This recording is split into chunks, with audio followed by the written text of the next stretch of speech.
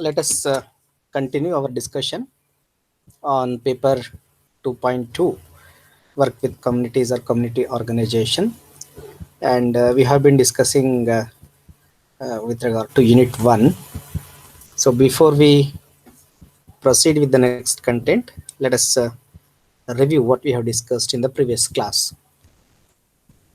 So in the previous class we have discussed three important contents. One is values of community organization, followed by the principles of a community organization. So in values there are three subcontents. Values are the higher ethical tenets or ethical aspects to be always remembered by the professionals, and also practice them in our day-to-day professional work, so that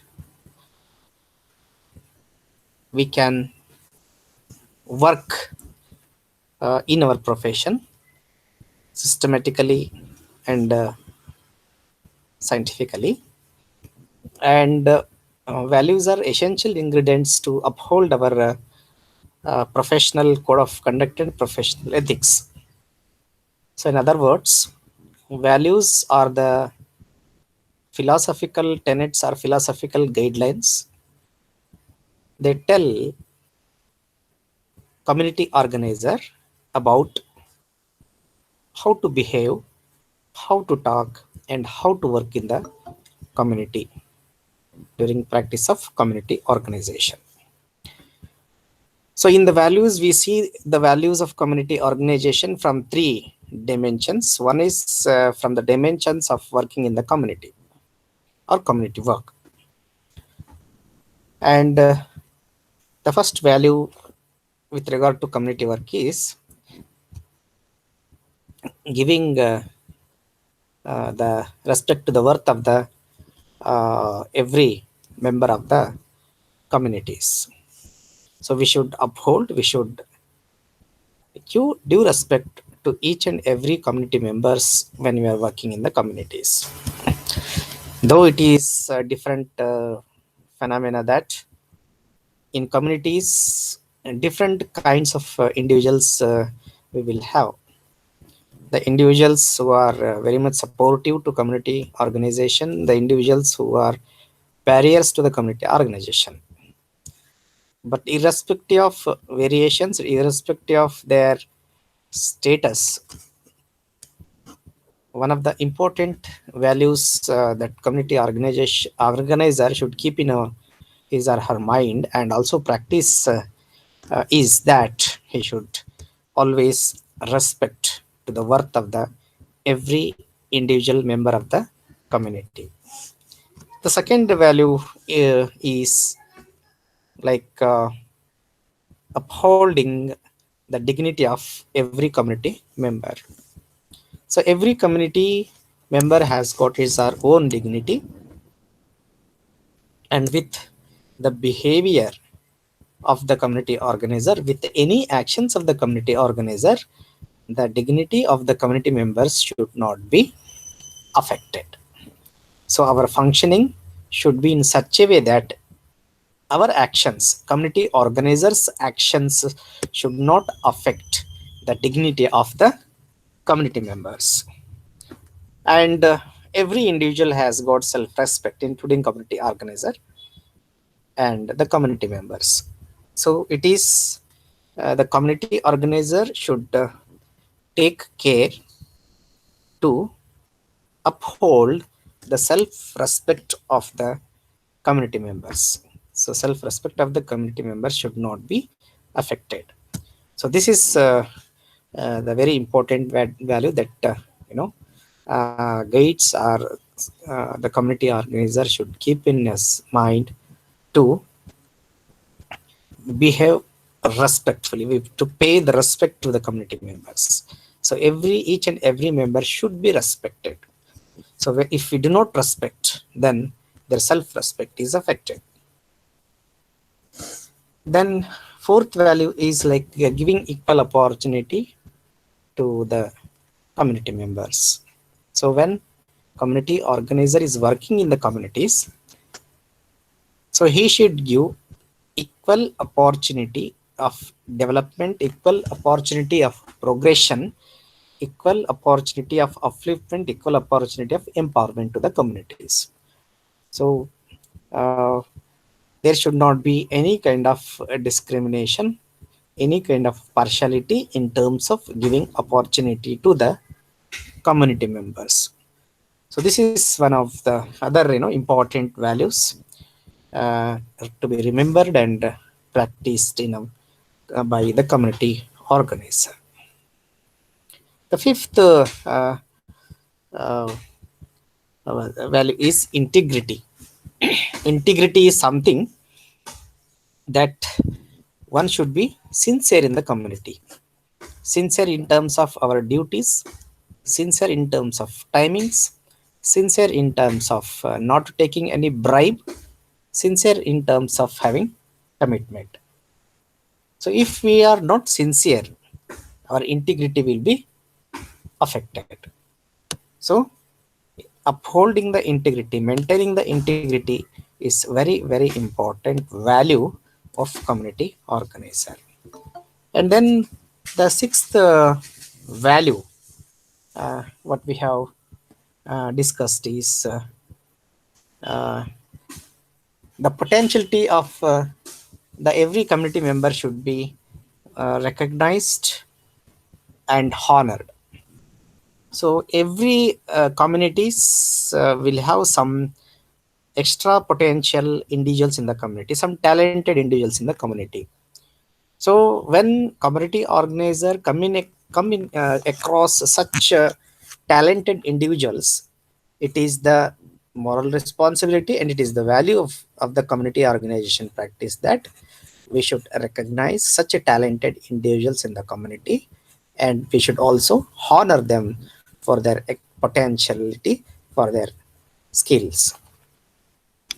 So these are the six values related in relation to the community work. And the further second context of the values of community organization is uh, with regard to community, looking at the community members. In community members there are two sub values. One is giving opportunity to take decision to the community members. So community organization is a process where people get mobilized, people are mobilized, they get organized, and in the grama sabhas they take decisions related to their community. So when they are supposed to take decisions related to the community initiatives, community organizer is not supposed to dominate on them, their decisions, or influence on their decisions. So the decision should be taken by the community members themselves. So this is one of the important values the community organizer should keep in his mind or her mind. So one should not influence on the decision making of the community members. And one more value is there are certain differences are likely to be there in the community members.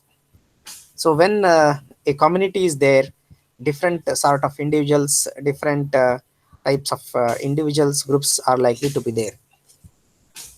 And we also know that there will be some dominant kind of groups, maybe one or two or more than that. So in the course of working in the communities, when we are taking up any activities in the community, there will be differences between the community members or differences in the different groups. So the differences are likely to be there in the community organization practice, and community organizer should not make it as an issue that the differences of the community. So community organizer should ignore or tolerate the differences that are going to encounter either between the individuals or between the groups in the community organization practice. And then third part of the values, what we discussed is constructive approach of the values related to constructivism of the community organization. So there are two values in this. One is cooperation. Community organizer should extend the fullest cooperation to the community members for the betterment of the community, for the empowerment of the community, and for the development of the community. And he should also see that a cooperation, the value of cooperation is established within the community for the cooperation within the community members and within the different groups.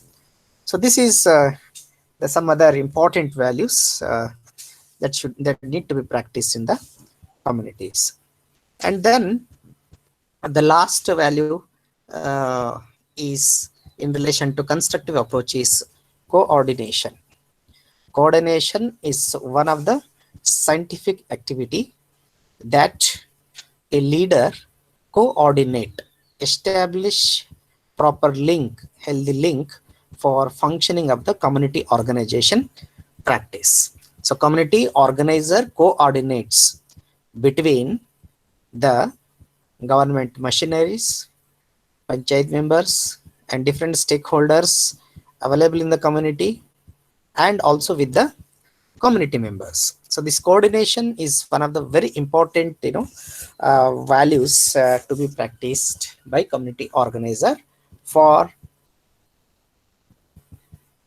proper functioning of the community organization, for mobilization of the resources, and etc. So then we have had a discussion on very important aspects of community organization, that is principles of the community organization. So principles are nothing but the established guidelines. The guidelines established through the long practice, through some sort of research, through some sort of experiences, through some sort of learnings. So principles are the guidelines meant for the community organizer. Community organizer should know about different established principles, and he should practice all those principles while working in the community.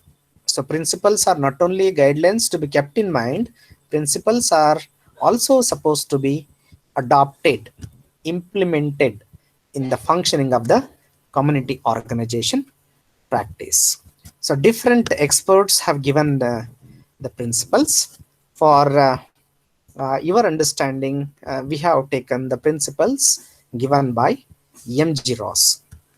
So according to M.G. Ross, there are 11 important principles, guidelines to be remembered, to be known, to be understood, to be practiced by community organizer. So the first principles of community organization is discontent is the basis of development.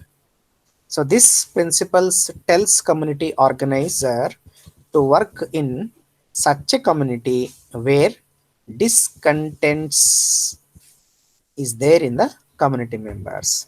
So discontent means unhappiness, discontent means the problems, discontent means the developmental needs in the communities.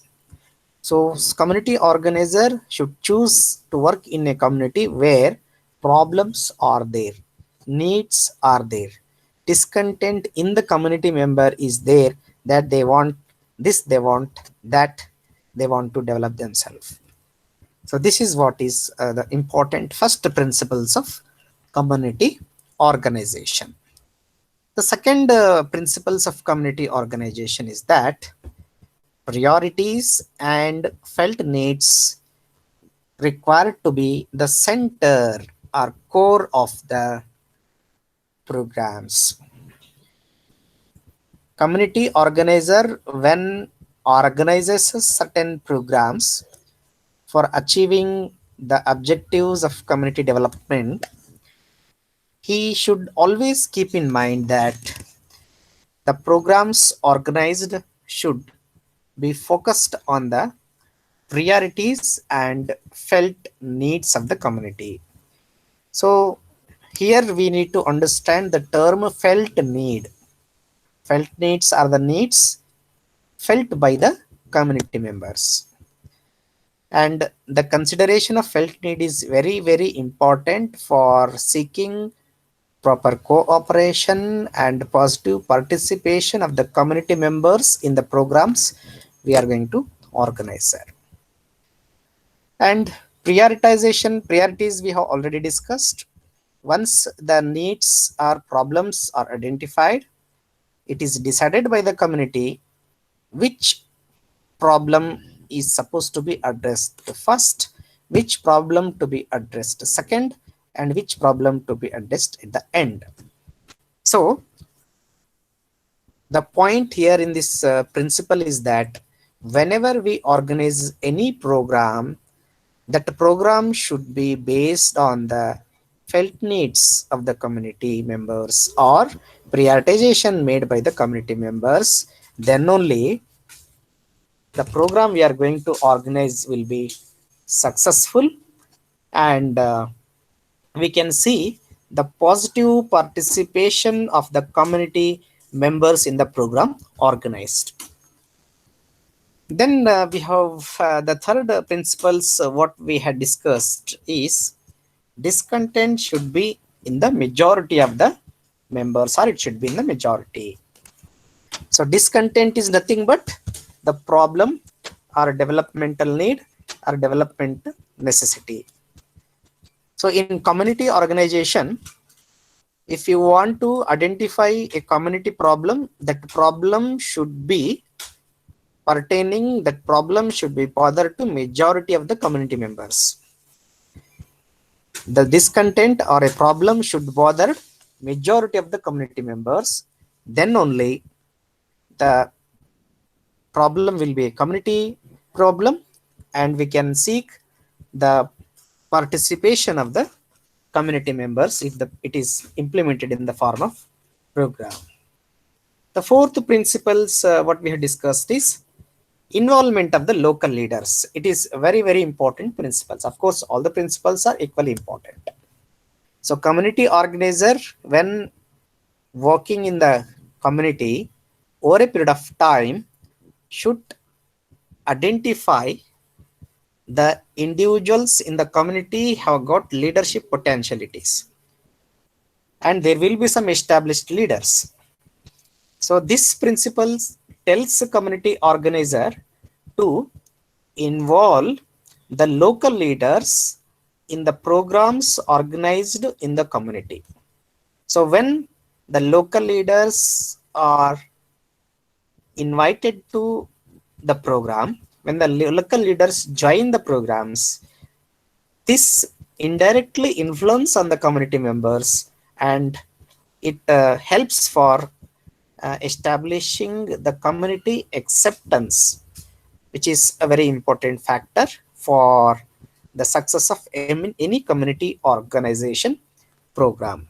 So if the local community members are invited to our program, if they are also made to sit on the stage, if they are honored, so indirectly community member feels they are honored. When we invite community member, it is the invitation to the community. When we give an opportunity to speak to the community member in the programs, it is an opportunity to community members, like that. And fifth principles what we have discussed is community accepted goal should be considered. So when we are working in the community will have certain accepted goals. Accepted goals are nothing but the objectives of development or what problems to be addressed in the community. So the issues or the necessities are the problems, are the goals or objectives identified by the community, accepted by the community. Community has given its acceptance. So usually when we organize a Gram Sabha, in Gram Sabha, all the community members are invited, and whatever the work we want to take up in the community, it is presented in the Gram Sabha. And if the members present in the Gram Sabha shows their acceptance, it will be treated as community acceptance. So like that, whatever the goals or objectives we want to establish in the community, those goals and objectives or any programs should be accepted by the community members through a platform like Gram Sabha. One more, that is the sixth principles of community organization, what we have discussed is respect the feelings of the community. So every communities, especially rural and tribal communities, they will have certain sentiments, certain community feelings. So community organizer should not ignore or neglect or underestimate or question the community sentiments or community feelings.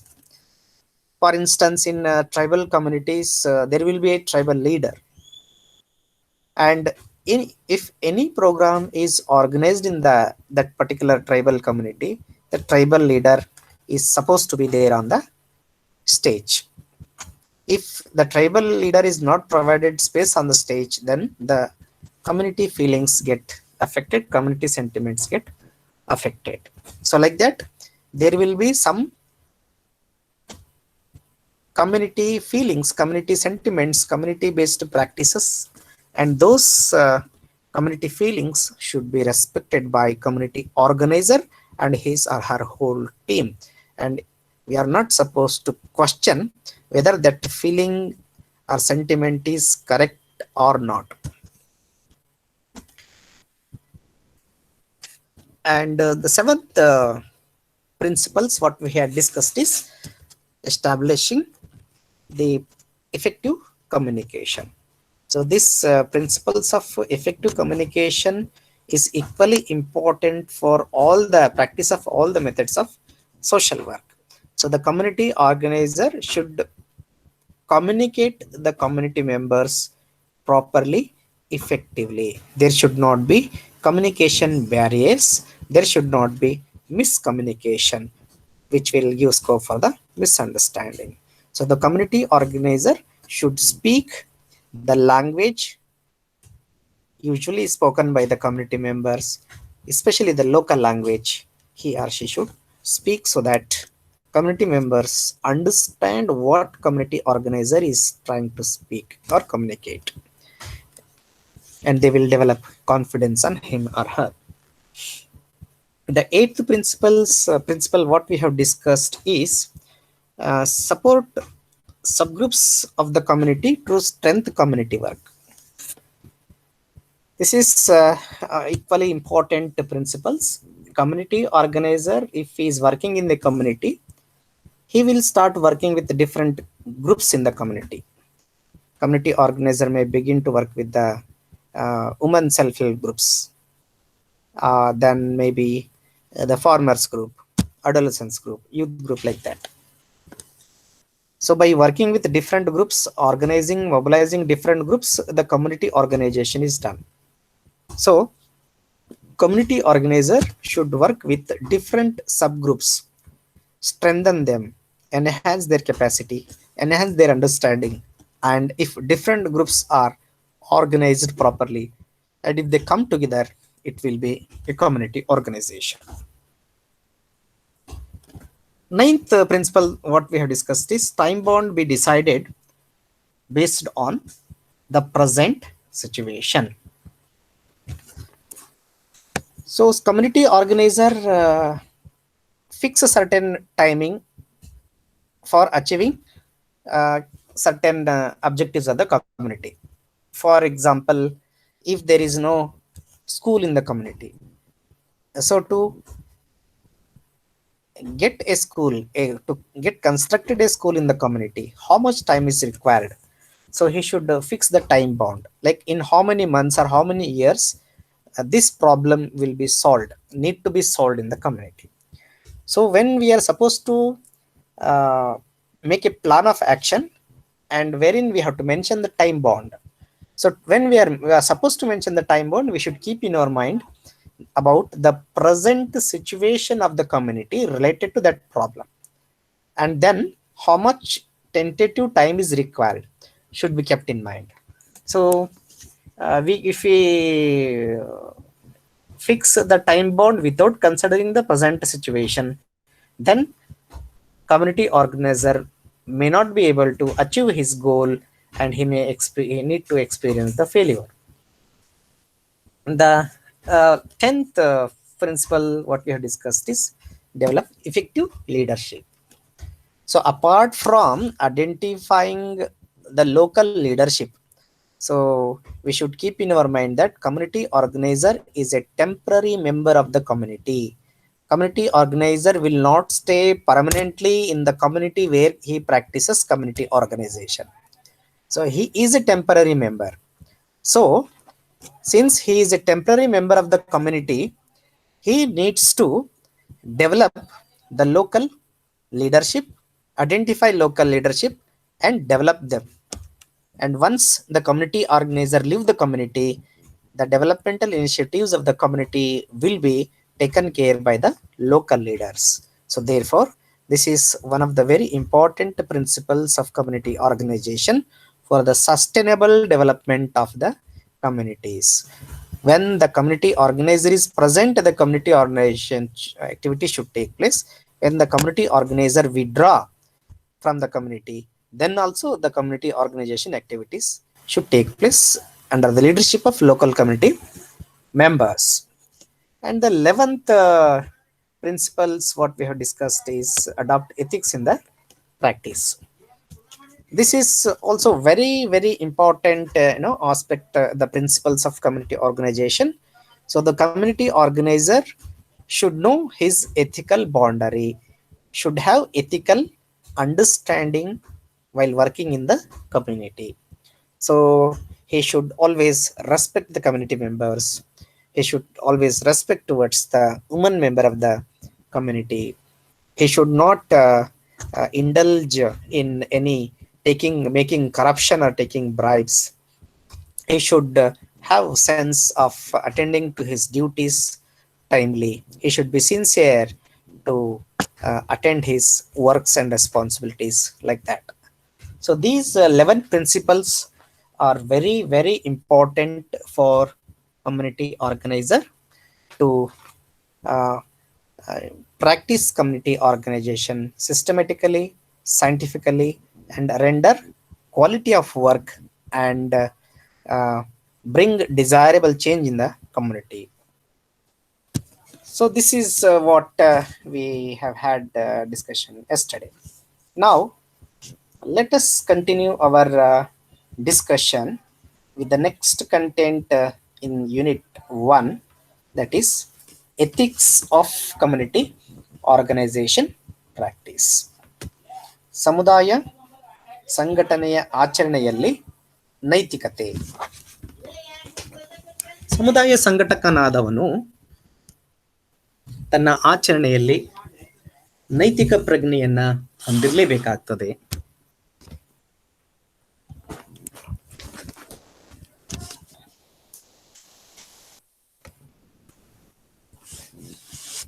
So community work has been described as doing good work. ಸಮುದಾಯ ಸಂಘಟನೆ ಅಥವಾ ಸಮುದಾಯದಲ್ಲಿ ಕಾರ್ಯನಿರ್ವಹಿಸುವುದು ಉತ್ತಮವಾದ, ಆದರ್ಶಮಯವಾದ, ತೃಪ್ತಿಯನ್ನು ಕೊಡಬಲ್ಲ ಕಾರ್ಯವನ್ನಾಗಿ ಪರಿಗಣಿಸಲಾಗ್ತದೆ. The last thing a community worker wants is not to hurt the person they are trying to help.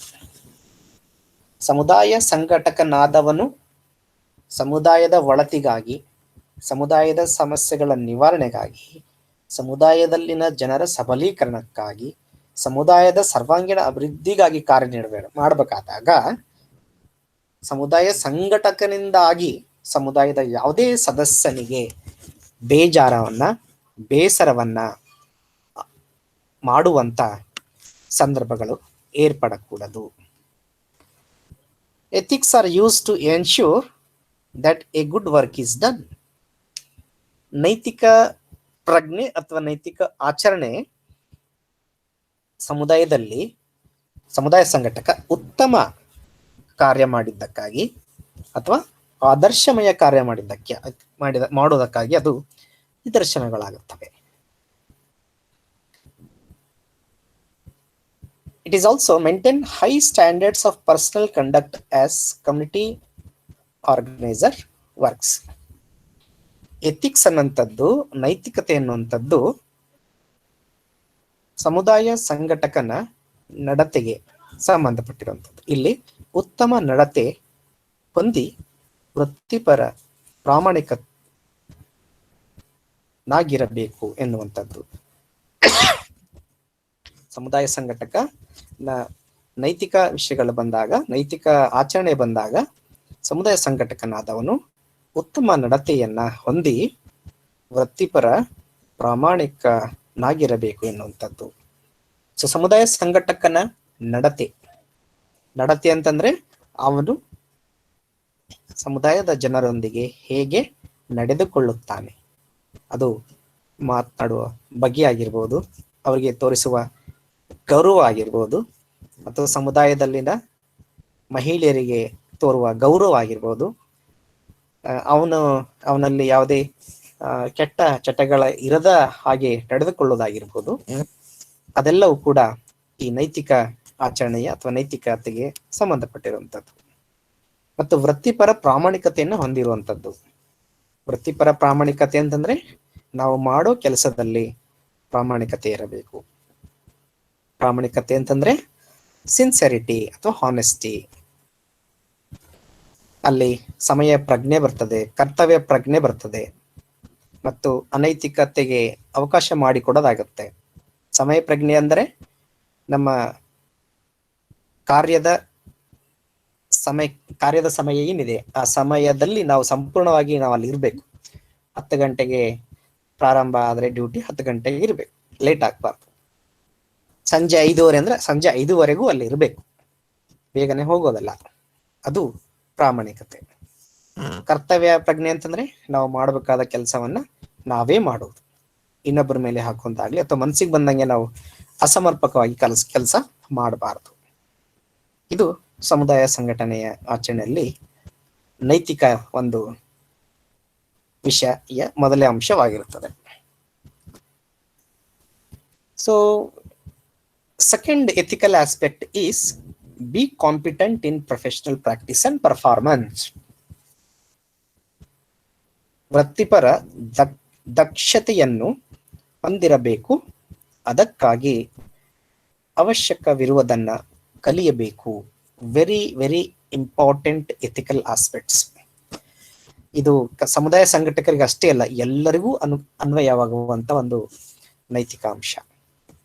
ನಮ್ಮನ್ನ ಹಿಡಿದುಕೊಂಡು, ಶಿಕ್ಷಕರನ್ನ ಹಿಡಿದುಕೊಂಡು ಇರುವಂತ ನೈತಿಕ ಅಂಶ. ವೃತ್ತಿಪರ ದಕ್ಷತೆಯನ್ನ ಹೊಂದಿರಬೇಕು.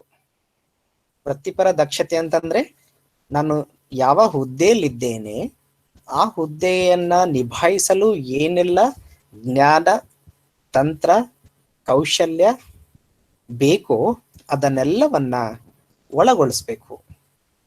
ಉದಾಹರಣೆಗೆ ಒಬ್ಬ ಶಿಕ್ಷಕನಾದವನು ಯಾವ ವಿಷಯದ ಬಗ್ಗೆ ಪಾಠ ಮಾಡ್ತಾ ಇರ್ತಾನೆ ಆ ವಿಷಯದ ಬಗ್ಗೆ ವಿದ್ಯಾರ್ಥಿಗಳಿಗೆ ಅರ್ಥವಾಗುವ ಹಾಗೆ ಹೇಳುವ ಶಕ್ತಿ, ಸಾಮರ್ಥ್ಯ ಮತ್ತು ಜ್ಞಾನವನ್ನ ಹೊಂದಿರಬೇಕು. ಯಾವುದೇ ಒಂದು ವಿಷಯದ ಬಗ್ಗೆ ಹೇಳಬೇಕಾದಾಗ ಭಾಷೆಯಲ್ಲಿ ಹಿಡಿತಾ ಇರಬೇಕು, ಇಂಗ್ಲಿಷಲ್ಲಿ ಹಿಡಿತಾ ಇರಬೇಕು, ಕನ್ನಡದಲ್ಲಿ ಹಿಡಿತಾ ಇರಬೇಕು. ಮತ್ತು ಯಾವ ವಿಷಯದ ಬಗ್ಗೆ ಹೇಳ್ತಾ ಇದೀವಿ ಆ ವಿಷಯದ ಬಗ್ಗೆ ಸಾಕಷ್ಟು ಓದಿಕೊಂಡು ಬರಬೇಕು, ಅದ್ರ ಬಗ್ಗೆ ಹಿಡಿತಾ ಇರಬೇಕು. ನಮ್ಗೆ ಯಾವುದೋ ಒಂದು ವಿಷಯ ಸರಿಯಾಗಿ ಗೊತ್ತಿಲ್ಲ ಅಂತಂದಾಗ ನಾವು ಸರಿಯಾಗಿ ಪಾಠವನ್ನ ಮಾಡ್ಲಿಕ್ಕೆ ಆಗುವುದಿಲ್ಲ. ಸೊ ಅದಕ್ಕಾಗಿ ಇಲ್ಲಿ ಇನ್ನೊಂದು ಇಂಪಾರ್ಟೆಂಟ್ ಆಸ್ಪೆಕ್ಟ್ ಏನಿದೆ, ಅವಶ್ಯಕವಾದುದನ್ನ ಕಲಿಯಬೇಕು. ಈ ಸಮಾಜದಲ್ಲಿ ಪ್ರತಿಯೊಬ್ಬ ವ್ಯಕ್ತಿಯು ನಿರಂತರವಾಗಿ ತನಗೆ ಗೊತ್ತಿರೋದನ್ನ ಕಲಿತಾ ಇರ್ತಾನೆ. ಈಗ ಶಿಕ್ಷಕರಾದವರು ಮುಂಚೆ ನಾವು ಬರೀ ಕ್ಲಾಸ್ ಅಲ್ಲಿ ಪಾಠ ಮಾಡ್ತಾ ಇದ್ವಿ. ಈಗ ಪ್ಯಾಂಡಮಿಕ್ ಸಿಚುವೇಶನ್ ಬರೋದ್ರಿಂದ ಆನ್ಲೈನ್ ಕ್ಲಾಸ್ ಅನ್ನ ಮಾಡ್ತಾ ಇದೀವಿ.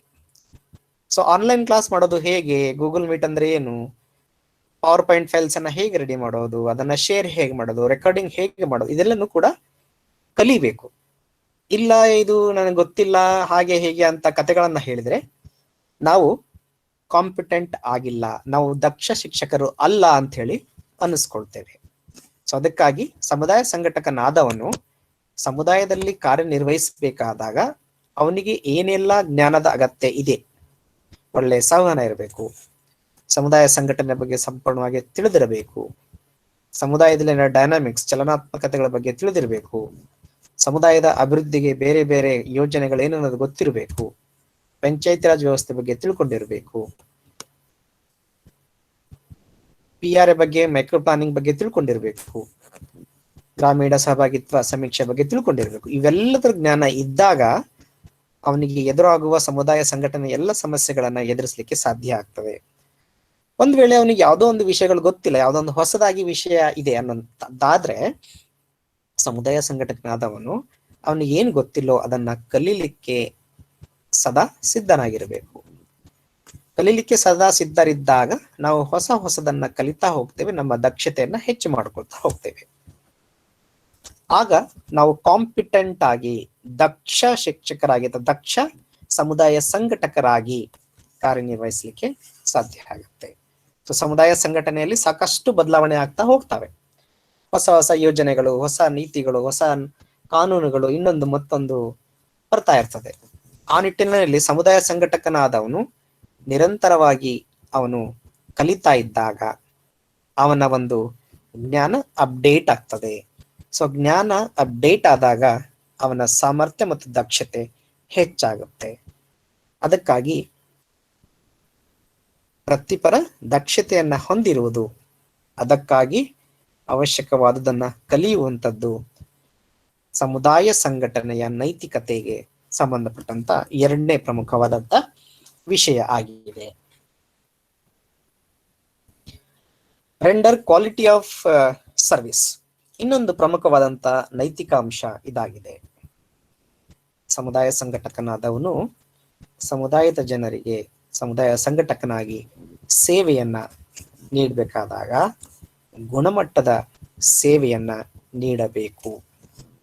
ಸೊ ಗುಣಮಟ್ಟದ ಸೇವೆ ಅಂತಂದ್ರೆ ನಾವು ನೀಡುವ ಸೇವೆಯಲ್ಲಿ ಕಳಪೆ ಅನ್ನುವಂಥದ್ದು ಕೂಡಿರಬಾರದು. ಉದಾಹರಣೆಗೆ ಸಮುದಾಯದ ಜನರಿಗೆ ಯಾವುದೋ ಒಂದು ವಿಷಯದ ಬಗ್ಗೆ ಮಾಹಿತಿ ಕೊಡಬೇಕಾದ್ರೆ ಆ ಮಾಹಿತಿಯನ್ನ ಇದ್ದಕ್ಕಿದ್ದಂತೆ ಕೊಡುವಂತ ಕೆಲಸವಾಗಬೇಕು. ಆ ಮಾಹಿತಿಯನ್ನ ತಿರುಚಿ ಅಥವಾ ತಪ್ಪಾದ ಮಾಹಿತಿಯನ್ನ ಕೊಡುವಂಥದ್ದು ಆಗಬಾರದು.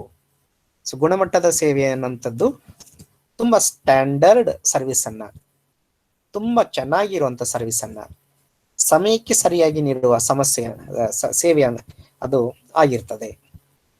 ಉದಾಹರಣೆಗೆ ಎಷ್ಟೋ ಸಲ ಈ ವೈದ್ಯಕೀಯ ಕ್ಷೇತ್ರದಲ್ಲಿ ಈಗ ಸದ್ಯ ಪ್ಯಾಂಡಮಿಕ್ ಸಿಚುವೇಶನ್ ಅಲ್ಲಿ ನೋಡ್ತಾ ಇದೀವಿ ನಾವು, ಉಸಿರಾಟದ ಸಮಸ್ಯೆಯಿಂದ ಬಳಲ್ತಾ ಇರೋರಿಗೆ ಸಾಯದ್ರೊಳಗಡೆ ಆಕ್ಸಿಜನ್ ಅನ್ನ ಕೊಡಬೇಕು. ಇಲ್ಲ ಅಂತಂದ್ರೆ ಆ ಆಸ್ಪತ್ರೆ ಅಥವಾ ಆ ವೈದ್ಯ ಗುಣಮಟ್ಟದ ಸೇವೆಯನ್ನ ಕೊಟ್ಟಾಗ ಆಗೋದಿಲ್ಲ. ಸೊ ಗುಣಮಟ್ಟದ ಸೇವೆ ಅಂತಂದ್ರೆ ಅಗತ್ಯವಿದ್ದಾಗ ಸಮುದಾಯ ಸಂಘಟನೆಯಲ್ಲಿ ಯಾವ ಸಂದರ್ಭದಲ್ಲಿ ಏನು ಅಗತ್ಯ ಇದೆ ಅದನ್ನ ಸಮಯಕ್ಕೆ ಸರಿಯಾಗಿ ಕೊಡುವಂತ ಸೇವೆಯಾಗಿರ್ತದೆ. ಅದನ್ನ ನಾವು ಒಳಗೂಡಿಸ್ಬೇಕು. ಸಮಯಕ್ಕೆ ಸರಿಯಾಗಿ ನಾವು ಸೇವೆಯನ್ನ ನೀಡದೇ ಇದ್ರೆ, ಸಮಯ ಪ್ರಜ್ಞೆವಿಲ್ಲದ ಸೇವೆ ಇದ್ರೆ ಅದು ಅನೈತಿಕವಾಗ್ತದೆ. ನೈತಿಕತೆಯಿಂದ ಸಮುದಾಯ ಸಂಘಟನೆ ಮಾಡುವುದು ಅಂತಂದ್ರೆ ನಾವು ಗುಣಮಟ್ಟದ ಸೇವೆಯನ್ನ ಕೊಡಬೇಕು. ಆ ಗುಣಮಟ್ಟದ ಸೇವೆಯಲ್ಲಿ ಯಾವ ಸೇವೆ ಹೇಗೆ ಕೊಡಬೇಕು ಅದೇ ನಿಟ್ಟಿನಲ್ಲಿ ಕೊಡುವಂಥದ್ದು.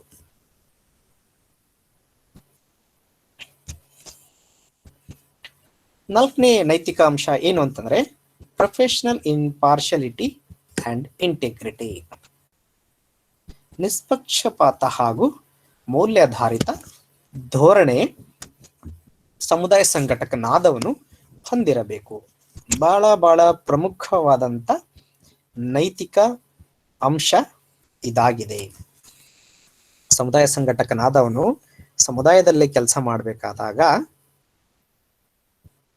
ತನಗೆ ಬೇಕಾದವರನ್ನ ಸಂಬಂಧಿಕರನ್ನ, ತನ್ನ ಭಾಷೆ ಮಾತಾಡುವ, ತಮ್ಮ ಧರ್ಮದ, ತಮ್ಮ ಜಾತಿಯ ಜನರಿಗೊಂದು ಮತ್ತು ಬೇರೆಯವರಿಗೊಂದು ಅನ್ನೋ ತರ ಆಗಬಾರದು. ನಿಷ್ಪಕ್ಷಪಾತ ಅಂತಂದ್ರೆ ಯಾರಿಗೂ ಪಕ್ಷಪಾತ ಮಾಡದೆ ಎಲ್ಲರನ್ನ ಸಮಾನವಾಗಿ ಕಾಣುವ, ಎಲ್ಲರನ್ನೂ ಒಂದೇ ತರನಾಗಿ ನೋಡುವಂತ ಧೋರಣೆ ಅಥವಾ ದೃಷ್ಟಿಕೋನ ಸಮುದಾಯ ಸಂಘಟಕನಲ್ಲಿರಬೇಕು. ಅದಿಲ್ಲದೆ ಇದ್ರೆ ಅವನು ಅನೈತಿಕವಾಗಿ ಕಾರ್ಯನಿರ್ವಹಿಸಿದಂತ ಆಗ್ತದೆ. ಇವತ್ತು ನೀವು ನೋಡ್ಬೋದು, ಈ ಪ್ಯಾಂಡಮಿಕ್ ಸಿಚುವೇಶನ್ ಅಲ್ಲಿ ರಾಜಕಾರಣಿಗಳಿಗೆ ಸಿಗುವಂತ ಚಿಕಿತ್ಸೆ ಸಾಮಾನ್ಯ ಜನರಿಗೂ ಸಿಗುವಂತ ಚಿಕಿತ್ಸೆದಲ್ಲಿ ಸಾಕಷ್ಟು ವ್ಯತ್ಯಾಸ ಇದೆ. ಕೆಲವೊಬ್ರು 4 ದಿನದಲ್ಲೇ ಆರಾಮಾಗಿ ಹೊರಗಡೆ ಬರ್ತಾರೆ. ಇನ್ ಕೆಲವರು 15 ದಿನ ಆಸ್ಪತ್ರೆಯಲ್ಲಿದ್ರು ಕೂಡ ಜೀವವನ್ನು ಉಳಿಸ್ಕೊಳ್ಳಿಕ್ಕೆ ಆಗೋದಿಲ್ಲ. ಯಾರು ಅಧಿಕಾರದಲ್ಲಿದ್ದಾರೆ, ಯಾರು ರಾಜಕಾರಣಿಗಳಾಗಿದ್ದಾರೆ, ಯಾರ ಕಡೆ ಇನ್ಫ್ಲುಯೆನ್ಸ್ ಇದೆ, ಅವರಿಗೆ ಸಿಗುವಂತ ಒಂದು ಚಿಕಿತ್ಸೆ ಬೇರೆ, ಯಾವುದು ಇಲ್ಲದ ಇರೋರಿಗೆ ಸಿಗುವಂತ ಚಿಕಿತ್ಸೆ ಬೇರೆ ಆಗಿದೆ. ಸೊ ಇದು ಅನೈತಿಕವಾದದ್ದು. ಸಮುದಾಯ ಸಂಘಟಕನು ಸಮುದಾಯದ ಒಟ್ಟಾರೆ ಅಭಿವೃದ್ಧಿಯನ್ನ ಗಮನದಲ್ಲಿಟ್ಕೊಂಡು, ಸಮುದಾಯದ ಸದಸ್ಯರೆಲ್ಲರ ಅಭಿವೃದ್ಧಿಯನ್ನ ಗಮನದಲ್ಲಿಟ್ಕೊಂಡು ಸಮುದಾಯ ಸಂಘಟನೆಗೆ ಹೋಗಿರುವಂತದ್ದು. ಅಲ್ಲಿ ತನ್ನ ಸಂಬಂಧಿಕರು, ಬೇಕಾದವರು ಅಥವಾ ತಮ್ಮ ಜಾತಿಯವರು, ಧರ್ಮದವರು ಅಂತ ಹೇಳಿ ಪಕ್ಷಪಾತತೆಯನ್ನ ಏನಂತಿಲ್ಲ, ಡ್ಯೂಲ್ ರೋಲ್ ಅನ್ನ, ಒಬ್ಬರಿಗೊಂದು ಇನ್ನೊಬ್ಬರಿಗೊಂದು ದ್ವಿಮುಖದ ಧೋರಣೆಯನ್ನ ಹೊಂದತಕ್ಕದ್ದಲ್ಲ.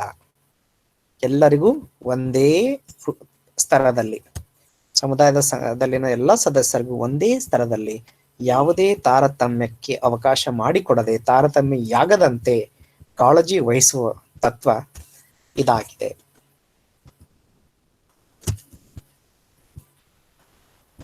ಐದನೇ ಒಂದು ಸಮುದಾಯ ಸಂಘಟನೆಯ ನೈತಿಕ ಆಚರಣೆ ಏನು ಅಂತಂದ್ರೆ, engage in study and research should follow updated methods of inquiry. ಇದು ಇನ್ನೊಂದು ಬಹಳಷ್ಟು ಪ್ರಮುಖವಾದಂತ ನೈತಿಕ ಅಂಶ ಇದಾಗಿದೆ. ಸಂಶೋಧನೆಯಾಧಾರಿತ ನಿಷ್ಕರ್ಷಗಳ ಪರಿಗಣಿಸಿ ಕಾರ್ಯ ನಿರ್ವಹಿಸುವುದು. ಸೊ ಸಮುದಾಯ ಸಂಘಟಕನಾದವನು ಸಂಶೋಧನಾತ್ಮಕ ಚಟುವಟಿಕೆಯಲ್ಲಿ ಕೂಡ ತೊಡಗಿಸಿಕೊಂಡಿರಬೇಕು.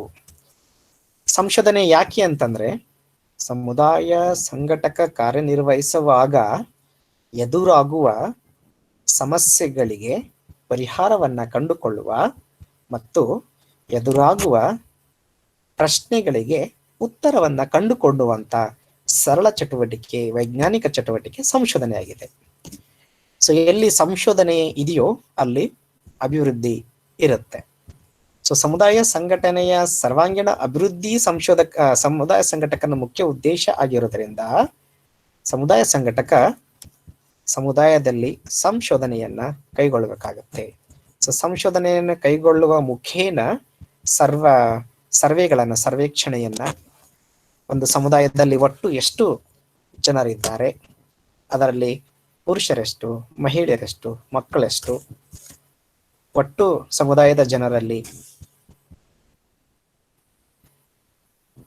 ಅಂಗವಿಕಲರೆಷ್ಟು ಜನ ಇದ್ದಾರೆ, ವಿವಿಧ ಪ್ರಕಾರದ ಅಂಗವಿಕಲತೆಗಳು ಏನೇನಿದೆ, ವಯಸ್ಸಾದವರು ವೃದ್ಧರು ಎಷ್ಟು ಜನ ಇದ್ದಾರೆ, ಯಾವುದೇ ಸಪೋರ್ಟ್ ಇಲ್ಲದೆ ಇರುವಂತವ್ರು ಯಾರ್ಯಾರಿದ್ದಾರೆ, ಗಂಡ ತೀರ್ಕೊಂಡಂತವ್ರು ಯಾರು, ವಿಧವೆಯರು ಯಾರು ಎಷ್ಟು ಜನ ಇದ್ದಾರೆ, ಗಂಡ ಬಿಟ್ಟವ್ರು ಎಷ್ಟು ಜನ ಇದ್ದಾರೆ, ನಿರ್ಗತಿಕರು ಎಷ್ಟು ಜನ ಇದ್ದಾರೆ, ಎಲ್ಲಾ ವಿಷಯಗಳನ್ನ ಸಂಶೋಧನೆ ಮಾಡಿದಾಗ ಆ ಸಮುದಾಯದಲ್ಲಿ ವಸ್ತುಸ್ಥಿತಿ ಏನಿದೆ ಅನ್ನೋದನ್ನ ತಿಳ್ಕೊಳ್ಳಿಕ್ಕೆ ಸಹಾಯ ಆಗುತ್ತೆ. ಮತ್ತು ಸಮುದಾಯದಲ್ಲಿರುವಂತಹ ವಿವಿಧ ಸಂಪನ್ಮೂಲಗಳೇನಿದೆ, ಮಾನವ ಸಂಪನ್ಮೂಲ ಆಗ್ಬೋದು, ನೈಸರ್ಗಿಕ ಸಂಪನ್ಮೂಲ ಆಗ್ಬೋದು, ಅಥವಾ ಇನ್ನಿತರ ಸಂಪನ್ಮೂಲ ಆಗ್ಬೋದು, ಏನೆಲ್ಲಾ ಸಂಪನ್ಮೂಲಗಳಿದೆ ಅನ್ನೋದನ್ನ ತಿಳ್ಕೊಳ್ಳಿಕ್ಕೂ ಕೂಡ ನಮಗೆ ಸಂಶೋಧನೆ ಉಪಯೋಗವಾಗುತ್ತೆ. ಸೊ ಸಂಶೋಧನೆ ಕೈಗೊಂಡಾಗ ಸಮುದಾಯ ಸಂಘಟಕನಿಗೆ ಎದುರಾಗುವ ಸಮಸ್ಯೆ ಮತ್ತು ಪ್ರಶ್ನೆಗಳಿಗೆ ಉತ್ತರ ಮತ್ತು ಪರಿಹಾರಗಳು ಸಿಗ್ಲಿಕ್ಕೆ ಸಾಧ್ಯ ಆಗ್ತದೆ. ಸೊ ಅವುಗಳನ್ನ ಗಮನದಲ್ಲಿಟ್ಕೊಂಡು ಅವನು ಕಾರ್ಯನಿರ್ವಹಿಸಿದಾಗ ಸಮುದಾಯ ಸಂಘಟಕ ಯಾವುದೇ ಅಡೆತಡೆ ಇಲ್ಲದೆ ಮುಂದೆ ಸಾಗಲಿಕ್ಕೆ ಅದು ಸಾಧ್ಯ ಆಗ್ತದೆ. ಸೊ ರಿಸರ್ಚ್ ಅನ್ನುವಂಥದ್ದು, ಸಂಶೋಧನೆ ಅನ್ನುವಂಥದ್ದು ಬಹಳ ಬಹಳ ಪ್ರಮುಖವಾದಂಥ ಒಂದು ಅಗತ್ಯ, ಸಮುದಾಯ ಸಂಘಟನೆಗೆ ಅಗತ್ಯವಾದ ಅಂಶ. ಮತ್ತು ಸಂಶೋಧನೆಯಲ್ಲಿ ಅವನು ತೊಡಗಬೇಕು ನಿರಂತರವಾಗಿ. ಸಂಶೋಧನೆಯಲ್ಲಿ ತೊಡಗದಿದ್ದರೆ ಅವನು ಹಳೆಯ ವಿಚಾರಗಳನ್ನು ಇಟ್ಕೊಂಡು ಅಪ್ಡೇಟ್ ಆಗದ ರೀತಿಯಲ್ಲಿ ಉಳಿದುಕೊಳ್ಳಕ್ಕೆ ಅದು ಆ ಸ್ಥಿತಿ ನಿರ್ಮಾಣ ಆಗ್ತದೆ. So the point here is that, 5ನೇ ಪಾಯಿಂಟ್ ಅಲ್ಲಿ ಏನಿದೆ ಅಂತಂದ್ರೆ, ಸಮುದಾಯ ಸಂಘಟಕನು ಸಂಶೋಧನೆಯ ಕೈಗೊಂಡು ಸಂಶೋಧನಾತ್ಮಕ ಫಲಿತಾಂಶಗಳ ಆಧಾರದ ಮೇಲೆ ಅವನು ತನ್ನ ಕಾರ್ಯವನ್ನ ನಿರ್ವಹಿಸಬೇಕು. ಆಗ ಮಾತ್ರ ಉತ್ತಮವಾದ ಗುಣಮಟ್ಟವಾದ ಒಂದು ಸೇವೆಯನ್ನ ನೀಡಲಿಕ್ಕೆ ಸಾಧ್ಯ ಆಗ್ತದೆ. ಹಾಗೂ ಸಮುದಾಯ ಸಂಘಟಕ ತನ್ನ ಕಾರ್ಯವೈಖರಿಯಲ್ಲಿ ವೈಜ್ಞಾನಿಕತೆಯನ್ನ ತೊಡಗಿಸಿಕೊಂಡಂತೆ ಆಗುತ್ತದೆ. ಸಮುದಾಯ ಸಂಘಟನೆಯ ನೈತಿಕ ಅಂಶಗಳಲ್ಲಿ 6ನೆಯ ಅಂಶ ಏನು ಅಂತಂದ್ರೆ, serve the community with devotion, loyalty, determination and maximum physical application of professional skill and competence. ಇನ್ನೊಂದು ಬಹಳ ಮುಖ್ಯವಾದಂತ ಒಂದು ನೈತಿಕ ಅಂಶ ಏನು ಅಂತಂದ್ರೆ, ಸಮುದಾಯಕ್ಕೆ ಸಂಘಟಕ ತನ್ನನ್ನು ತಾನು ಸಮರ್ಪಿಸಿ ತನ್ನ ಕೌಶಲ್ಯ ಹಾಗೂ ಜ್ಞಾನವನ್ನ ಬಳಸುವುದು. ಸೊ ಸಮುದಾಯಕ್ಕೆ ಸಮುದಾಯ ಸಂಘಟಕನ ಸಮರ್ಪಣೆ ಅನ್ನುವಂಥದ್ದು ಬಹಳ ಬಹಳ ಮುಖ್ಯವಾದಂತ ನೈತಿಕ ಅಂಶ. It is like a kind of commitment. ಸಮುದಾಯ ಸಂಘಟಕ ಸಮುದಾಯದಲ್ಲಿ ಕೆಲಸ ಮಾಡಬೇಕಾದರೆ ಅವನಿಗೆ ಒಂದು ಸಮರ್ಪಣೆ ಭಾವನೆ ಇರಬೇಕು. ಸಮರ್ಪಣೆ ಅಂದ್ರೆ ಏನು? ಸಮುದಾಯ ಸಂಘಟಕನು ಆ ಸಮುದಾಯಕ್ಕೆ ತನ್ನನ್ನು ತಾನು ಸಮರ್ಪಿಸಿಕೊಳ್ಳುವಂಥದ್ದು. ಅದಂದ್ರೆ ಆಫೀಸ್ ವರ್ಕ್ ಅಲ್ಲಿ ಸಮುದಾಯ ಸಂಘಟಕನಿಗೆ ಏನು ಒಂದು ಕಾರ್ಯದ ಸಮಯ ಇರ್ತದಲ್ಲ, ಅದಕ್ಕಷ್ಟೇ ಸೀಮಿತಗೊಳ್ಳದೆ ಸಮುದಾಯಕ್ಕೆ ಯಾವಾಗ ಯಾವಾಗ ಅಗತ್ಯ ಬೀಳುತ್ತದೆ, ಯಾವ ಸಮಯದಲ್ಲಿ ಅಗತ್ಯ ಬೀಳುತ್ತದೆ, ಅವಾಗೆಲ್ಲವೂ ಸಹ ಅದಕ್ಕೆ ತನ್ನನ್ನು ತಾನು ಉಪಲಬ್ಧಗೊಳಿಸುವಂಥದ್ದು, ಅದು ಸಮರ್ಪಣೆ. ಉದಾಹರಣೆಗೆ ರಾತ್ರಿ ಯಾವುದೋ ಒಂದು ಸಮಸ್ಯೆ ಸಮುದಾಯದಲ್ಲಿ ಆಗಿದೆ ಅಂತಂದ್ರೆ, ರಾತ್ರಿ ಆಗಿದೆ ನಾನು ಹೇಗೆ ಹೋಗ್ಲಿ, ಬೆಳಿಗ್ಗೆ ಹೋಗೋದು ಅಂತ ಈ ತರ ಯೋಚನೆ ಮಾಡದೇನೆ ಯಾವಾಗ ಸಮುದಾಯಕ್ಕೆ ಅಗತ್ಯ ಇದೆಯೋ ಆವಾಗ ತನ್ನನ್ನು ತಾನು ಅಲ್ಲಿ ಉಪಲಬ್ಧಗೊಳಿಸುವುದು ಸಮುದಾಯಕ್ಕೆ ಸಮರ್ಪಿಸಿಕೊಳ್ಳುವಂಥದ್ದಾಗಿರ್ತದೆ. ಜೊತೆಗೆ ತಾನು ಲಾಯಲ್ ಆಗಿರಬೇಕು, ಪ್ರಾಮಾಣಿಕನಾಗಿರ್ಬೇಕು ಮತ್ತು ತನ್ನ ಕೌಶಲ್ಯ ಹಾಗೂ ಜ್ಞಾನವನ್ನ ಬಳಸಬೇಕು. ಸಮುದಾಯ ಸಂಘಟನೆಯ ಒಂದು ಕುರಿತು ಒಂದು ವಿಧಾನವಾಗಿ, ಒಂದು ಜ್ಞಾನ ಭಂಡಾರವಾಗಿ ಏನನ್ನೆಲ್ಲ ಕಲ್ತಿರ್ತಾನೆ ಮತ್ತು ಆಚರಣೆಯ ಸಂದರ್ಭದಲ್ಲಿ ಏನು ಕಲ್ತಿರ್ತಾನೆ ಅದನ್ನೆಲ್ಲವನ್ನು ಪಡ್ಕೊಂಡಿರುವಂತ ಕೌಶಲ್ಯ ಮತ್ತು ಜ್ಞಾನವನ್ನ ಯೋಚಿಸಿ ಆಲೋಚಿಸಿ ಸಮುದಾಯದ ಒಳತಿಗಾಗಿ ಅದನ್ನ ಬಳಸಿಕೊಳ್ಳಬೇಕು. ಈ ನಿಟ್ಟಿನಲ್ಲಿ ಸಮುದಾಯ ಸಂಘಟಕ ತನ್ನನ್ನು ತಾನು ಸಮರ್ಪಿಸಿಕೊಳ್ಳೋದು ಮತ್ತು ತನ್ನ ಕೌಶಲ್ಯ ಮತ್ತು ಜ್ಞಾನವನ್ನ ಬಳಸಿಕೊಂಡಾಗ ಸಮುದಾಯ ಸಂಘಟನೆಯ ಯಶಸ್ಸನ್ನ ಕಾಣಲಿಕ್ಕೆ ಅದು ಕಾರಣವಾಗ್ತದೆ. 7ನೇದು, safeguard the interest and rights of the community members. ಸಮುದಾಯದವರ ಆಸಕ್ತಿ ಹಾಗೂ ಹಕ್ಕುಗಳನ್ನ ರಕ್ಷಿಸುವುದು. ಸಮುದಾಯ ಸಂಘಟಕನಾದವನು ಸಮುದಾಯದ ಜನರ ಆಸಕ್ತಿಯನ್ನ ಕಾಪಾಡಬೇಕು ಮತ್ತು ಅವರ ಹಕ್ಕುಗಳನ್ನ ರಕ್ಷಿಸಬೇಕು. ಎಷ್ಟೋ ಸಂದರ್ಭದಲ್ಲಿ ಸಮುದಾಯದ ಜನರ ಆಸಕ್ತಿಯನ್ನ ರಕ್ಷಿಸಲಾಗದ ಸಂದರ್ಭಗಳನ್ನ ನಾವು ನೋಡ್ತೇವೆ. ಆಗ ಸಮುದಾಯ ಸಂಘಟಕನ ಪ್ರಮುಖ ಜವಾಬ್ದಾರಿ ಏನು ಅಂತಂದ್ರೆ, ಅವರ ಹಕ್ಕುಗಳಿಗೆ ಚ್ಯುತಿ ಬಂದಾಗ, ಧಕ್ಕೆ ಬಂದಾಗ, ಸಮುದಾಯದ ಜನರ ಆಸಕ್ತಿಗೆ ಧಕ್ಕೆ ಬಂದಾಗ ಮೊದಲು ಅದನ್ನ ಕುರಿತು ವಿರೋಧಿಸುವ, ಪ್ರತಿಭಟಿಸುವ ಮತ್ತು ಪ್ರಶ್ನೆ ಮಾಡುವ ಜವಾಬ್ದಾರಿ ಸಮುದಾಯದ ಸಂಘಟಕನದ್ದಾಗಿರ್ಬೇಕು. ಉದಾಹರಣೆಗೆ ಯಾವುದೇ ಒಂದು ಸಮುದಾಯ ಒಂದು ಹಳ್ಳಿ ಇದೆ ಅಂತ ಇಟ್ಕೊಳ್ಳಿ. ಆ ಹಳ್ಳಿಯಲ್ಲಿರುವಂತ ಕೃಷಿ ಭೂಮಿಯನ್ನ ಅಲ್ಲೇ ಸಮೀಪದ ಯಾವುದೋ ಒಂದು ಕೈಗಾರಿಕೆಯವರು ಒತ್ತಾಯಪೂರ್ವಕವಾಗಿ ಅಥವಾ ಸರ್ಕಾರನೇ ಒತ್ತಾಯಪೂರ್ವಕವಾಗಿ ಔದ್ಯೋಗಿಕ ಕಾರಣಕ್ಕಾಗಿ ಅದನ್ನ ಕ್ಯಾಪ್ಚರ್ ಮಾಡ್ತಾ ಇದ್ದಾರೆ ಅಂತಂದ್ರೆ ಆಗ ಸಮುದಾಯದ ಆಸಕ್ತಿಗೆ ಧಕ್ಕೆ ಉಂಟಂಗಾಗುತ್ತೆ.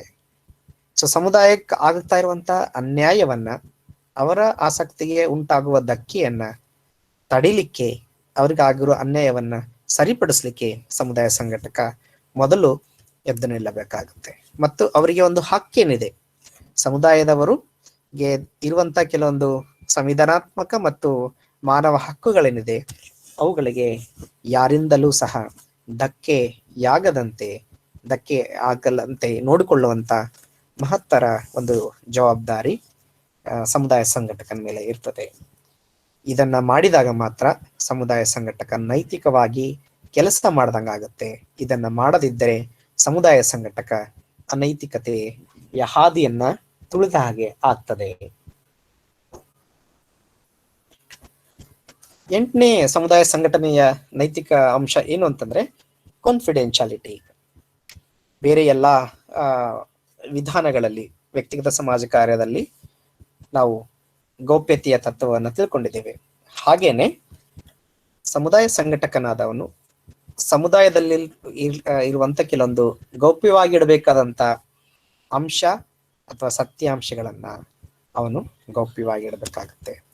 ಸಮುದಾಯದ ಒಳತಿಗಾಗಿ, ಸಮುದಾಯದವರ ಹಿತಾಸಕ್ತಿಯನ್ನ ಕಾಪಾಡುವ ದೃಷ್ಟಿಯಿಂದ ಗೌಪ್ಯತೆ ಇಡುವಂತ ಅಗತ್ಯ ಇದ್ದಾಗ ಅಂತ ವಿಷಯಗಳನ್ನ ಸಮುದಾಯ ಸಂಘಟಕನು ಗೌಪ್ಯವಾಗಿಡಬೇಕಾಗುತ್ತೆ. ಸಮುದಾಯದ ಜನರು ಸಮುದಾಯ ಸಂಘಟಕನೊಂದಿಗೆ ಹಂಚಿಕೊಂಡಿರುವಂತ ಕೆಲವೊಂದು ಸತ್ಯಾಂಶಗಳನ್ನ ಅವನು ಯಾವುದೇ ಕಾರಣಕ್ಕಾಗಿ ಸಮುದಾಯದವರಿಗೆ ತೊಂದರೆಯಾಗದ ಹಾಗೆ ಆ ಸತ್ಯಾಂಶಗಳನ್ನ ಅಥವಾ ಹಂಚಿಕೊಂಡಿರುವ ವಿಷಯಗಳನ್ನ ಗೌಪ್ಯವಾಗಿಡಬೇಕಾಗ್ತದೆ. ಸೊ ಗೌಪ್ಯತೆಯ ತತ್ವ ಬಹಳ ಬಹಳ ಮುಖ್ಯವಾಗಿರುತ್ತದೆ.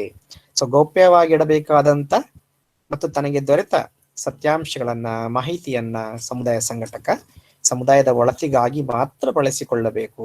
ಯಾವುದೇ ಕಾರಣಕ್ಕಾಗಿ ತಾನು ಸಂಗ್ರಹಿಸಿದ ಸತ್ಯಾಂಶಗಳಿಂದ ಸಮುದಾಯಕ್ಕೆ ತೊಂದರೆಯಾಗದ ಹಾಗೆ ನೋಡಿಕೊಳ್ಳಬೇಕು. ಒಂದು ವೇಳೆ ಹಾಗೆ ತೊಂದರೆಯಾದರೆ ಸಮುದಾಯ ಸಂಘಟಕನ ಬಗ್ಗೆ ಇಟ್ಟಿರುವ ವಿಶ್ವಾಸ ಜನಗಳದ್ದು ಕಳೆದು ಹೋಗುತ್ತೆ.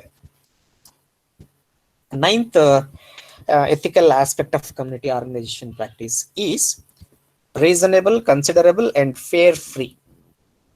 ಸಮರ್ಪಕ ಶುಲ್ಕವನ್ನ ಸಮುದಾಯ ಸಂಘಟಕನಾದವನು ಪಡೆಯಬೇಕು. ಸೊ ಸಮುದಾಯ ಸಂಘಟಕನಂತೆ ಕೆಲಸ ಮಾಡಬೇಕಾದರೆ ಅವನಿಗೆ ಒಂದು ಮಂತ್ಲಿ ಸ್ಯಾಲರಿ ಅನ್ನೋದು ಇರ್ತದೆ. ಎಷ್ಟೋ ಈ ಫಾರಿನ್ ಫಂಡಿಂಗ್ ಆರ್ಗನೈಸೇಷನ್ಸ್ಗಳಲ್ಲಿ, ಕ್ರಿಶ್ಚಿಯನ್ ಮಷಿನರೀಸು ಫೈನಾನ್ಷಿಯಲಿ ಸಪೋರ್ಟ್ ಮಾಡ್ತಾ ಇರೋಂಥ ಆರ್ಗನೈಸೇಷನ್ಸ್ ಅಲ್ಲಿ ನಾವು ನೋಡಿದ್ದೇವೆ, ಕೋಟಿಗಟ್ಟಲೆ ದುಡ್ಡು ಬರ್ತಾ ಇರ್ತದೆ ಕೆಲಸ ಮಾಡ್ಲಿಕ್ಕೆ, ಸಮುದಾಯದ ಅಭಿವೃದ್ಧಿಗಾಗಿ. ಅಲ್ಲಿ ಕೆಲಸ ಮಾಡ್ತಿರುವಂತ ಸ್ವಯಂ ಸೇವಾ ಸಂಸ್ಥೆಗಳು ಮತ್ತು ಅದರಲ್ಲಿ ಕೆಲಸ ಮಾಡ್ತಾ ಇರುವಂತ ಸಮುದಾಯ ಸಂಘಟಕರು ತಮ್ಮ ಮನಸ್ಸಿಗೆ ಬಂದಂತೆ ಸ್ಯಾಲರಿಯನ್ನು ತೆಗೆದುಕೊಂಡಿರುವಂತ ಹಲವಾರು ಪ್ರಸಂಗಗಳಿದಾವೆ. ಸಮುದಾಯ ಸಂಘಟಕ ಸಮುದಾಯಕ್ಕಾಗಿ ಎಷ್ಟು ಕೆಲಸ ಮಾಡ್ತಾ ಇದ್ದಾನೆ, ಅದಕ್ಕಾಗಿ ನ್ಯಾಯಯುತವಾದ ಸಂಭಾವನೆ ಏನಿದೆ ಅಷ್ಟು ಮಾತ್ರ ಸಮುದಾಯ ಸಂಘಟಕನಾದನು ಪಡಿಬೇಕು. ಅನ್ಯಾಯವಾಗಿ ತಾನು 10 ರೂಪಾಯಿ ದುಡಿದ್ರೆ 20 ರೂಪಾಯಿ ತೆಗೆದುಕೊಳ್ಳುವಂತ ಕೆಲಸವನ್ನ ಸಮುದಾಯ ಸಂಘಟಕ ಮಾಡತಕ್ಕದ್ದಲ್ಲ. ತಾನು ಮಾಡುವ ಕಾರ್ಯದ ಬೆಲೆ ಎಷ್ಟಿದೆ ಅಷ್ಟು ಮಾತ್ರ ಸಂಭಾವನೆಯನ್ನ ಪಡೆದುಕೊಳ್ಳಬೇಕು. ಇದು ಎಲ್ಲಾ ವೃತ್ತಿಗಳಿಗೂ ಅನ್ವಯಿಸುವಂತ ಒಂದು ಪ್ರಮುಖವಾದಂತ ಮೌಲ್ಯ. ಇವತ್ತಿನ ಸಂದರ್ಭದಲ್ಲಿ ನೋಡಿ, ನೀವು ಆಸ್ಪತ್ರೆಗಳಲ್ಲಿ ಕೋವಿಡ್ ಪೇಷಂಟ್ಸ್ಗಳಿಗೆ ಕೊಡ್ತಾ ಇರೋದು ಒಂದು 500 ರೂಪಾಯಿಗಳಿಗೆ ಬಿಲ್ ಮಾಡ್ತಾ ಇರೋದು ದಿನಕ್ಕೆ 20,000 25,000 ರೂಪಾಯಿ. ಇದು ನೈತಿಕತೆ ಅಲ್ಲ. ನೈತಿಕತೆ ಅಂದ್ರೆ ಏನು? ಎಷ್ಟು ಖರ್ಚಾಗ್ತಾ ಇದೆ ಮತ್ತು ಎಷ್ಟು ಸೇವೆಯನ್ನ ಕೊಟ್ಟಿದ್ದಾರೆ, ಆಗಿರುವ ಖರ್ಚು ಮತ್ತು ವೈದ್ಯರು ಮತ್ತು ಇನ್ನೊಬ್ಬರಿಗೆ ನೀಡಬೇಕಾದಂತ ಸಂಭಾವನೆ ಅಷ್ಟು ಮಾತ್ರ ತಗೊಳ್ಬೇಕೇ ವಿನ ಅದರ 10 ಪಟ್ಟು 20 ಪಟ್ಟು ತೆಗೆದುಕೊಳ್ಳೋದಲ್ಲ. ಆಮೇಲೆ ಕೆಲವೊಂದು ಸಂದರ್ಭದಲ್ಲಿ 13-14 ಲಕ್ಷ ಖರ್ಚಾದ್ಮೇಲೆ ಡೆತ್ ಆದಂತ ಪೇಷಂಟ್ಸ್ ಗಳಿಗೆ ಇಷ್ಟು ದುಡ್ಡು ಕೊಟ್ಟೇನೆ ಡೆಡ್ ಬಾಡಿ ವೈ ಅಂತ ಹೇಳುವಂಥದ್ದು ಕೂಡ ನೈತಿಕತೆ ಅಲ್ಲ. ಹಾಗೆ ಸಮುದಾಯ ಸಂಘಟಕನಾದವನು ಸಮುದಾಯದಲ್ಲಿ ಕೆಲಸ ಮಾಡಬೇಕಾದ್ರೆ ತಾನು ಎಷ್ಟು ಕೆಲಸ ಮಾಡ್ತಾ ಇದ್ದಾನೆ ಅದಕ್ಕೆ ನ್ಯಾಯಯುತವಾದಂತ ಸಂಭಾವನೆ ಏನು ಅಷ್ಟನ್ನು ಮಾತ್ರ ತೆಗೆದುಕೊಳ್ಳಬೇಕು. ಬೇರೆ ಏನನ್ನ ಕೂಡ ಸಮುದಾಯ ಸಂಘಟಕನಾದವನು ಅಪೇಕ್ಷಿಸಬಾರದು. ಸೊ 10ನೇ ನೈತಿಕ ಅಂಶ ಏನು ಅಂತಂದ್ರೆ treat colleagues with respect, courtesy, fairness and good faith. ಇದು ಬಹಳಷ್ಟು ಮುಖ್ಯವಾದಂತ ಒಂದು ಅಂಶ. ಸಹೋದ್ಯೋಗಿಗಳನ್ನ ಗೌರವದಿಂದ ವಿಶ್ವಾಸದಿಂದ ಕಾಣುವುದು ಇದು ಬಹಳ ಪ್ರಮುಖವಾದಂತ ಮೌಲ್ಯ, ಆದರೆ ನೈತಿಕ ಅಂಶ. ಆದರೆ ಬಹಳಷ್ಟು ಸಂದರ್ಭಗಳನ್ನು ನೋಡ್ಲಿಕ್ಕೆ ನಾವು ಸಿಗೋದಿಲ್ಲ. ಎಷ್ಟೋ ಸಂಘಟನೆಗಳಲ್ಲಿ, ಸಂಸ್ಥೆಗಳಲ್ಲಿ, ವಿಶ್ವವಿದ್ಯಾಲಯಗಳಲ್ಲಿ ನಾವು ನೋಡ್ತೀವಿ ಒಬ್ರಿಗೊಬ್ರಿಗೆ ಆಗೋದಿಲ್ಲ. ಅವ್ರ ಹಿಂದೆ ಇವ್ರು ಮಾತಾಡೋದು, ಇವ್ರಿಂದ ಅವ್ರು ಮಾತಾಡೋದು. ಇವನ್ ಸಮಾಜ ಕಾರ್ಯಕರ್ತರಾದ್ರೆ ಅಷ್ಟೇ. ಯಾವುದೇ ಒಂದು ಸ್ವಯಂ ಸೇವಾ ಸಂಸ್ಥೆ ಇದೆ ಅಂತಂದ್ರೆ ಒಬ್ರು ಇನ್ನೊಬ್ರಿಗೆ ಎದುರಿಗಷ್ಟೇ ರೆಸ್ಪೆಕ್ಟ್ ಕೊಡ್ತಾರೆ, ಹಿಂದೆ ಅವ್ರ ಬಗ್ಗೆ ಟೀಕೆ ಟಿಪ್ಪಣಿ ಮಾಡೋದನ್ನ ನೋಡ್ತೀವಿ. That is not correct. ನಮ್ಮ ಸಹೋದ್ಯೋಗಿಗಳು ಅವರು ಹೇಗೆ ಇರಲಿ, ಆದರೆ ಅವರನ್ನ ನಾವು ಗೌರವದಿಂದ ಕಾಣಬೇಕು. ಅವರು ತಪ್ಪು ಮಾಡಿದ್ರೆ ತಿದ್ದಿ ಹೇಳಬೇಕು, ಅದನ್ನ ಬಿಟ್ಟು ಅವ್ರ ಹಿಂದೆ ಮಾತನಾಡಿಕೊಳ್ಳೋದಲ್ಲ. ಸೊ ಸಹೋದ್ಯೋಗಿಗಳನ್ನು ನಾವು ಗೌರವದಿಂದ ಮತ್ತು ವಿಶ್ವಾಸದಿಂದ ಕಾಣಬೇಕು. ಸೊ ಸಹೋದ್ಯೋಗಿಗಳ ಬಗ್ಗೆ ಒಂದು ವಿಶ್ವಾಸ ಇಡಬೇಕು. ಅವರಿಗೆ ಒಂದು ಯಾವುದೇ ಕಾರ್ಯ ಅಥವಾ ಜವಾಬ್ದಾರಿಯನ್ನು ಕೊಟ್ಟಾಗ ಅವರು ಮಾಡ್ತಾರೆ ಅನ್ನೋ ಒಂದು ವಿಶ್ವಾಸ ಇಡಬೇಕು. ಅದನ್ನ ಉಳಿಸಿಕೊಳ್ಳುವ ನೈತಿಕ ಧರ್ಮ ಅವ್ರದ್ದು. ಒಬ್ಬ ಮುಖ್ಯಸ್ಥ ವಿಶ್ವಾಸವನ್ನ ಇಟ್ಟಿದ್ದಾನಂತಂದ್ರೆ ಆ ವಿಶ್ವಾಸವನ್ನ ಉಳಿಸಿಕೊಳ್ಳುವಂಥದ್ದು ಆ ಸಹೋದ್ಯೋಗಿಯ ಧರ್ಮ. ಹಾಗೆ ಸಮುದಾಯ ಸಂಘಟನೆ ನಡಿಬೇಕಾದಾಗ ಒಬ್ರು ಇನ್ನೊಬ್ರಿಗೆ ಗೌರವದಿಂದ ಕಾಣಬೇಕು. ಈಗ ಸಮುದಾಯ ಸಂಘಟಕರು ಒಬ್ರಿಗೊಬ್ರು ಗೌರವದಿಂದ ಕಂಡಿಲ್ಲ ಅಂದ್ರೆ ಸಮುದಾಯದವರು ನೋಡಿ ನಗ್ತಾರೆ ಅವರನ್ನ. ಆ ತರದ ಸಂದರ್ಭಗಳಿಗೆ, ಇರುಸು ಮುರುಸು ಆಗುವಂತ ಸಂದರ್ಭಗಳಿಗೆ ಕಾರಣ ಆಗ್ಬಾರ್ದು. ಸಮುದಾಯದ ಜನರ ಹೇಳ್ತಾರೆ ಅವರಲ್ಲೇ ಯೂನಿಟಿ ಇಲ್ಲ, ಅವೇ ಬೈದಾಡ್ತವೆ, ನಮ್ಗೆ ನೀರು ಹೇಳ್ತಾರೆ ಅಂತ ಅನ್ನೋ ಪ್ರಸಂಗಗಳು ಬರ್ತವೆ. ಅದರ ಜೊತೆಗೆ ವಿಶ್ವಾಸವನ್ನ ಕೂಡ ಇಡಬೇಕು ಅನ್ನುವಂಥದ್ದು. ಸೊ ಯಾವುದೇ ಒಬ್ಬ ಉದ್ಯೋಗಿಗೆ, ಸಹೋದ್ಯೋಗಿ ಯಾವುದೋ ಒಂದು ಕೆಲಸ ಕೊಟ್ಟಾಗ, ಅಥವಾ ಅದು ಹಣಕಾಸಿನ ವಿಷಯ ಇರ್ಬೋದು, ಬೇರೆ ಯಾವುದೇ ವಿಷಯ ಇರ್ಬೋದು, ಅವನು ಚೆನ್ನಾಗಿ ಅದನ್ನು ನಿಭಾಯಿಸಬಲ್ಲ ಅಥವಾ ನಿಭಾಯಿಸಬಲ್ಲಳು ಎನ್ನುವ ಒಂದು ವಿಶ್ವಾಸವನ್ನು ಮೊದಲು ಇಡಬೇಕು. ಅದನ್ನು ಎದುರಿನವರು ಉಳಿಸ್ಕೊಳ್ಳಿಕ್ಕೆ ಪ್ರಯತ್ನ ಮಾಡಬೇಕು. ಅದು ಉಳಿಸ್ಕೊಂಡಿಲ್ಲ ಅಂದಾಗ ಅದು ಬೇರೆ ಪ್ರಶ್ನೆ. So ethics of community organisation ಅಲ್ಲಿ 10ನೇ ವಿಷಯ ಏನಂತಂದ್ರೆ relate with others with full professional consideration. So ಒಂದು ಪ್ರಮುಖವಾದ ಸಮಸ್ಯೆಯನ್ನ ನೋಡ್ತೀವಿ ನಾವು. ಏನಂತಂದ್ರೆ ಒಬ್ರು ಇನ್ನೊಬ್ಬರಿಗೆ ಹೋಲಿಕೆ ಮಾಡುವಂಥದ್ದು. ಹೋಲಿಕೆ ಮಾಡೋದು ಸರಿಯಲ್ಲ. ಹೋಲಿಕೆ ಮಾಡೋದು ಯಾವಾಗ ಸರಿ ಅಂತಂದ್ರೆ ವೃತ್ತಿಪರ ನಿಲುವಿನಲ್ಲಿ ಬೇರೆಯವರೊಂದಿಗೆ ಹೋಲಿಸುವುದು. ಅವ್ರು ಚೆನ್ನಾಗಿ ಕೆಲಸ ಮಾಡ್ತಾರೆ, ಇವ್ರು ಚೆನ್ನಾಗಿ ಕೆಲಸ ಮಾಡಲ್ಲ ಅಂತ ಹೇಳೋದಲ್ಲ.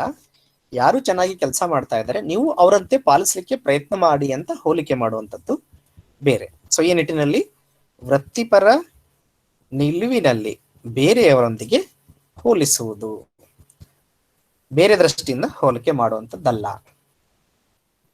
ಸೊ 12ನೇ aspect ethics of community organisation practice ಏನಂತಂದ್ರೆ prevent the and eliminate discrimination in the employing organisation work and in its employment policies and practices.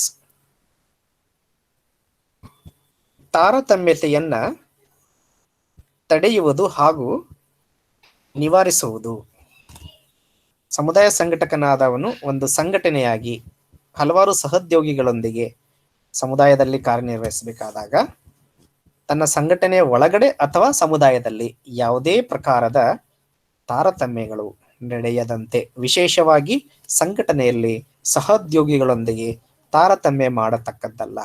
ಜಾತಿ, ಧರ್ಮ, ಲಿಂಗ, ನೋಡ್ಲಿಕ್ಕೆ ಚೆನ್ನಾಗಿದ್ದಾರೆ ಚೆನ್ನಾಗಿಲ್ಲ, ಶ್ರೀಮಂತ ಬಡವರು, ಮತ್ತೊಂದುಗಳ ಆಧಾರದ ಮೇಲೆ, ಇನ್ಫ್ಲುಯೆನ್ಸ್ ಇದೆ ಇಲ್ಲ ಅನ್ನೋದರ ಆಧಾರದ ಮೇಲೆ ತಾರತಮ್ಯವನ್ನ ಮಾಡತಕ್ಕದ್ದಲ್ಲ. ಎಲ್ಲರನ್ನ ಸಮಾನವಾಗಿ ನೋಡುವ ಧೋರಣೆಯನ್ನ ಸಂಘಟನೆಯು ಹೊಂದಿರಬೇಕು. ಕೊನೆಯ ಒಂದು ಮೌಲ್ಯ ಏನಂದ್ರೆ uphold and enhance the values, ethics, knowledge and mission of the profession. ವೃತ್ತಿಯ ಮೌಲ್ಯಗಳ ಸಂಹಿತೆಯನ್ನ ಹಾಗೂ ಗುರಿಗಳನ್ನ ಎತ್ತಿ ಹಿಡಿಯುವುದು. ಸೊ ಸಮಾಜ ಕಾರ್ಯ ವೃತ್ತಿಯಲ್ಲಿರುವಂತಹ ಮೌಲ್ಯಗಳೇನಿದೆ, ಜ್ಞಾನ ಏನಿದೆ ಮತ್ತು ಈ ಸಮಾಜ ಕಾರ್ಯ ವೃತ್ತಿಯ ಅಂತಿಮ ಗುರಿ ಏನಿದೆ ಅದು ನಮಗೆ ಮುಖ್ಯವಾಗಬೇಕು. ಹಾಗೂ ಸಮುದಾಯ ಸಂಘಟಕನಾದವನು ಈ ಎಲ್ಲಾ ಮೌಲ್ಯಗಳನ್ನ ಅರ್ಥ ಮಾಡಿಕೊಂಡು ಮೈಗೂಡಿಸಿಕೊಳ್ಳಬೇಕು. ನಮ್ಮ ದಿನನಿತ್ಯದ ಕಾರ್ಯಾಚರಣೆಯಲ್ಲಿ ಅವು ಕಂಡು ಬರಬೇಕು. ಆಗ ಮಾತ್ರ ನಾವು ಒಬ್ಬ ಉತ್ತಮ ಸಮುದಾಯ ಸಂಘಟಕನಾಗ್ಲಿಕ್ಕೆ ಸಾಧ್ಯ ಆಗತ್ತೆ, ಒಬ್ಬ ಮಾದರಿಯ ಸಂಘಟಕನಾಗ್ಲಿಕ್ಕೆ ಸಾಧ್ಯ ಆಗತ್ತೆ. ಇಲ್ಲಂತಂದ್ರೆ ನಾವೊಬ್ಬ ಕೆಟ್ಟ ಸಂಘಟಕರು ಮತ್ತು ಜನಗಳ ದ್ವೇಷಕ್ಕೊಳಗಾಗುವ ಫೇಲ್ಯೂರ್ ಫ್ಲಾಪ್ ಆಗುವಂತ ಸಮುದಾಯ ಸಂಘಟಕರಾಗ್ತೀವಿ. So I stop here. We shall continue our remaining discussion in the next class.